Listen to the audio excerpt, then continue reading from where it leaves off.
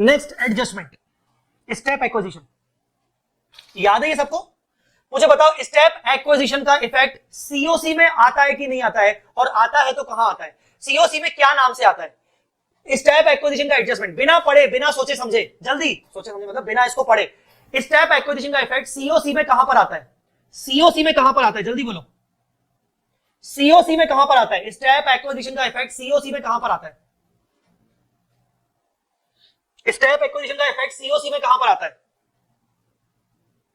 Fair value of previously held interest. Yes yes yes yes yes, जब हम COC बनाते हैं, जब हम सीओसी बनाते हैं, पहले तो मैं आपको एग्जांपल दे रहा हूं, पहले तो मैं आपको एग्जांपल दे रहा हूं, यहां हमने इन्वेस्टमेंट किया 25% और फिर हमने यहां इन्वेस्टमेंट किया 45%, तो तुम्हारी डेट ऑफ एक्विजिशन तो हुई यहां पर, और ये जो तुमने इन्वेस्टमेंट किया इसका जो कॉस्ट है वो है 12,75,000, और यहां पर जो तुमने इन्वेस्टमेंट किया उसका जो तुम्हारा कॉस्ट है, उसका कॉस्ट है तुम्हारा 4 लाख, उसका कॉस्ट है तुम्हारा 4 लाख,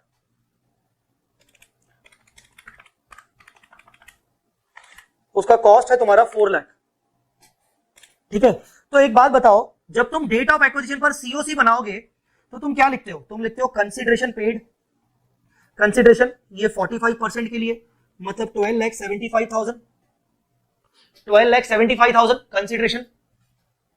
यहां पर तुम क्या करोगे? Fair value of investments, previous investments, तुम यहां पर fair value of previous investment करोगे।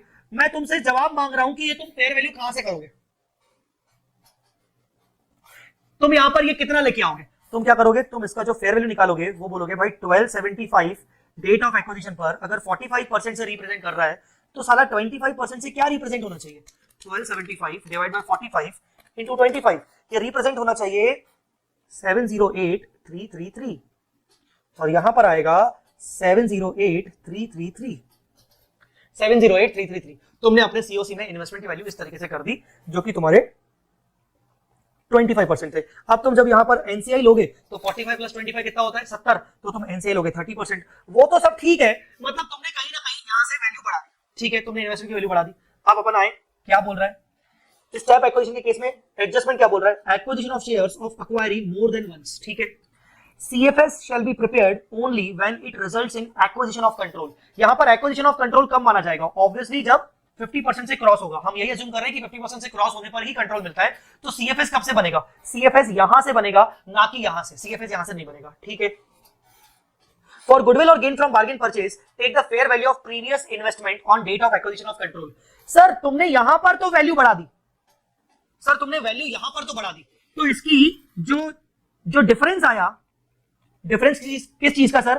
4 लाख ओरिजिनल इन्वेस्टमेंट थे, जबकि तुमने इन्वेस्टमेंट की वैल्यू बढ़ा दी 7,08,000 पे, तो 7,8 से 4 लाख माइनस हुए, तो जो तुम्हारा डिफरेंस आया 308,333, सर इस डिफरेंस का क्या होगा?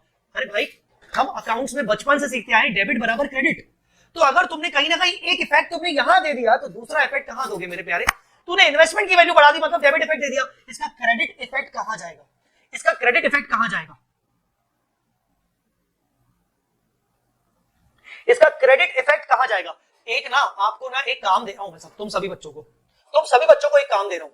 ऐसा कोई भी स्टूडेंट अगर कमेंट पे आके बोले कि सर चार्ट बुक कहां मिलेगी, सर शेड्यूल दे दो, सर ये तुम लेक्चर कितने बजे लेते हैं, सर रोज लेते हैं क्या, सर इसका जवाब दे दो, सर उसका जवाब दे दो, सर इसका जवाब दे दो। इन सारे जवाब तुम्हें देने हैं जो बच्चे मुझसे जुड़े हुए हैं, ठीक है ना। इन सबके जवाब तुम्हें उन बच्चों को देना है, ऐसा नहीं कि अपन को उन बच्चों को इग्नोर करना है, ठीक है ना। उन बच्चों को प्लीज कृपया करके जवाब देते रहना, बस इतना मैं तुम लोगों को रिक्वेस्ट कर रहा हूं, क्योंकि मैं ना कहीं बीच में नहीं जवाब दे सकता, ठीक है। चलो, it's second effect fair value gain on restatement of previous investment shall be transferred to consolidated SOCI through profit and loss। Ultimately कुछ नहीं है, आप पता है क्या कर रहे हो? आप एक तरीके से पता है एंट्री क्या कर रहे हो? आप एंट्री कर रहे हो investment debit to consolidated P&L, investment debit to consolidated P&L।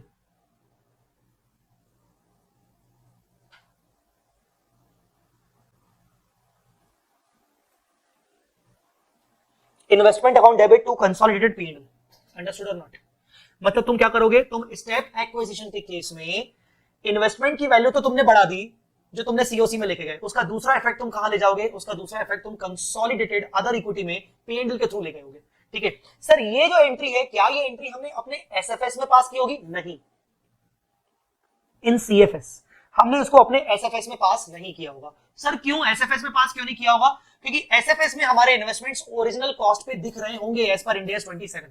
हाँ वो बात अलग है, वो बात अलग है कि अगर हमने एज पर इंडिया 27 हमने अगर अपने एसएफएस में इन्वेस्टमेंट को फेयर वैल्यू मॉडल पे रखा हुआ है तो हमारे इन्वेस्टमेंट तो ऑलरेडी 7,08,000 पे दिख रहे होंगे। फिर ये जो एंट्री है, ये एंट्री करने की जरूरत ही नहीं लगेगी। तो हमें ये देखना है कि हमने अपने एसएफएस में इन्वेस्टमेंट्स को किस वैल्यू पे ट्रीट किया है, कॉस्ट मॉडल पे कि फेयर वैल्यू पे। अगर कॉस्ट मॉडल पे ट्रीट किया है तो हमें एसएफएस में ये एंट्री नहीं करनी, हमें ये एंट्री सीएफएस में करनी है। एंट्री मतलब ये इफेक्ट, उसका ये जो इफेक्ट है ये सीओसी में, और ये जो इफेक्ट है ये कंसोलिडेटेड अदर इक्विटी में जाएगा, ये कंसोलिडेटेड अदर इक्विटी में जाएगा। आई बात समझ में कि नहीं? आएगा समझ में कि नहीं? Sir fair value of previously held interest as per proportion of net asset से भी निकाल सकते हैं क्या? इफ यस, प्रेफरेंस पहले किस मेथड को देनी है, फेयर वैल्यू और प्रोपोर्शनेट मेथड? नहीं बेटा, प्रोपोर्शन ऑफ नेट एसेट से नहीं निकाल सकते, नहीं निकाल सकते, गलत हो जाएगा। आपको इस तरीके से निकालना है, या फिर आपको वो क्वेश्चन में आज की शेयर की मार्केट वैल्यू देगा, आप नेट एसेट के प्रोपोर्शन में तो बिल्कुल मत निकालना, बहुत ही बड़ा घोर अत्याचार हो जाएगा, बहुत ही बड़ी गलती हो जाएगी, मैं बता रहा हूं बहुत ही बड़ी गलती हो जाएगी। प्रोपोर्शन ऑफ नेट एसेट मत कर लेना। मुझे बताओ इस एडजस्टमेंट में किसी को कुछ और समझना हो तो, इस एडजस्टमेंट में अगर किसी को कुछ और समझना हो तो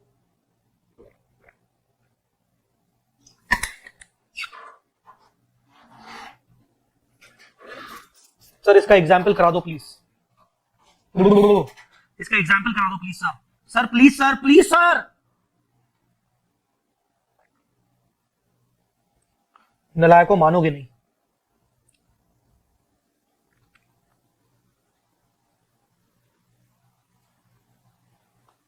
लो लो, नोट कर लो, नोट कर लो पहले तुम।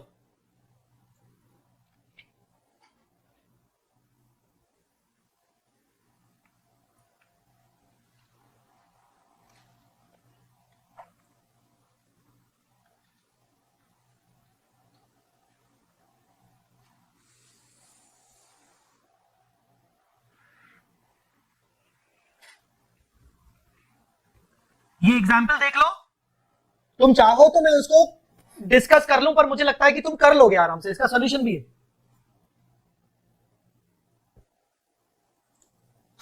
ठीक है चलो,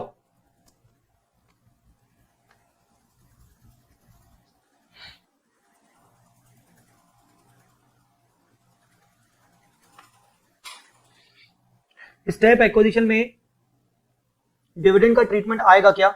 if yes then effect date of acquisition के बाद ही देना है ना? हाँ, डेट ऑफ एक्विजिशन के बाद देना है, बिल्कुल। चलो ये हो गया तुम्हारा स्टेप एक्विजिशन।